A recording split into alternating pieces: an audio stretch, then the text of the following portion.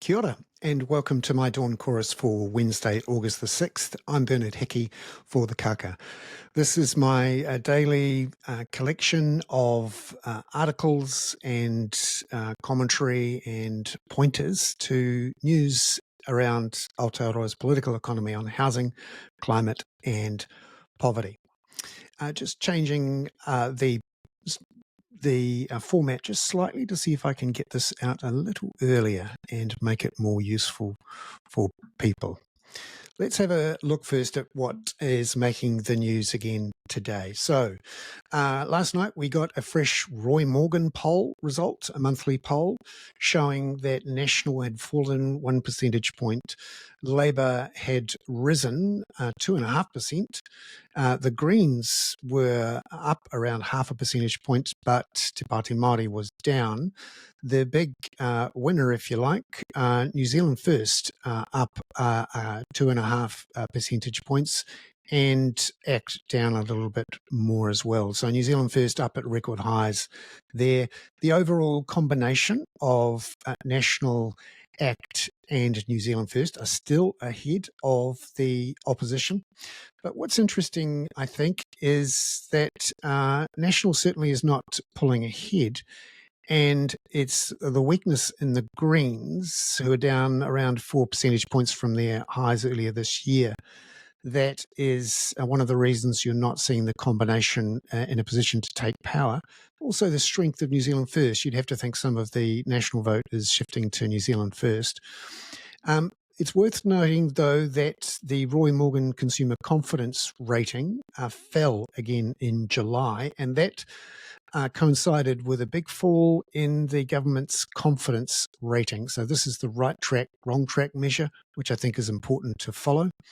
And that is of interest. It shows that support for the government appears brittle, and that it's the opportunity of an opposition to come up with a proposal in the next year which gets people on board. It's worth also looking at the differences that are emerging by gender and by age. You can see there that this is the Roy Morgan percentages for men, women, younger and older.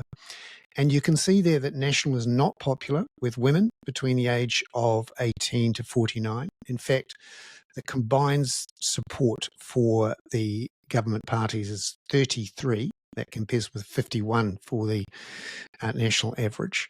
And actually the combined support for Labour, Greens, Te Pāti Māori is 63.5. So we're talking more than just slightly less than 2 votes for every one opposition to government.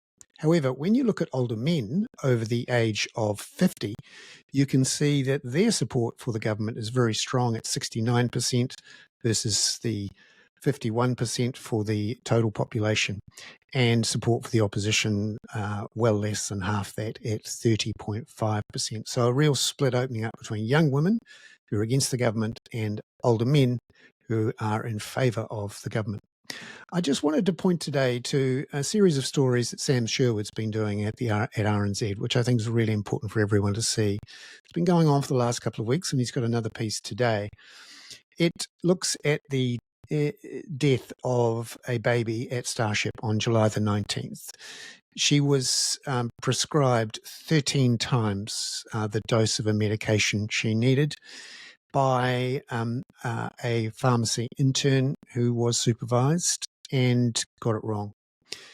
This is being focused on by the industry as a signature case of stress, underfunding, poor supervision because of a lack of staffing, which has led to this catastrophe.